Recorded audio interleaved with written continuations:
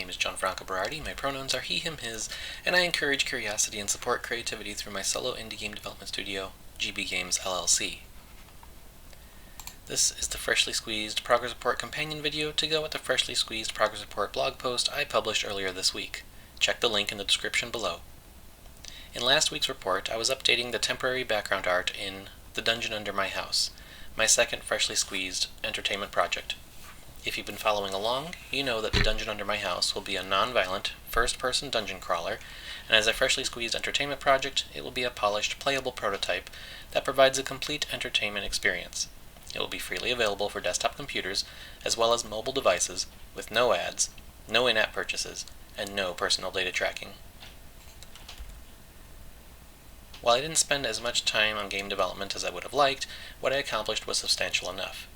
I managed to update the background art for the bathroom, which has become my favorite room, partly because I was getting the hang of using my art program's perspective tool to ensure the perspective of the art was more or less correct.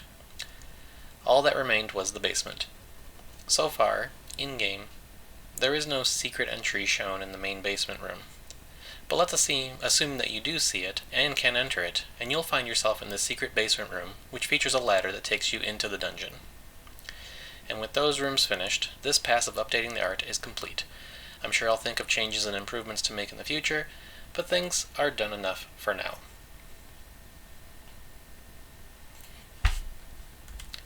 I still need to make changes to the code and intro script to allow the player to go from not knowing about the basement secret entrance to discovering it.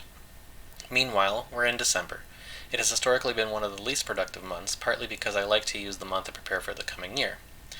I specifically want to take stock of this project and figure out more precisely what the remaining scope is.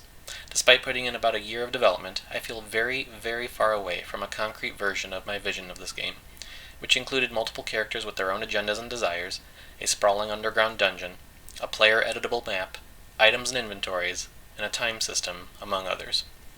It's a lot. And while I've already anticipated slimming the scope down, I'm worried that I need to do even more scope cutting, and I'd like to make sure that I keep the essence of the planned game, as well as get a better idea of how much work is left to do. Thanks for watching, and stay curious.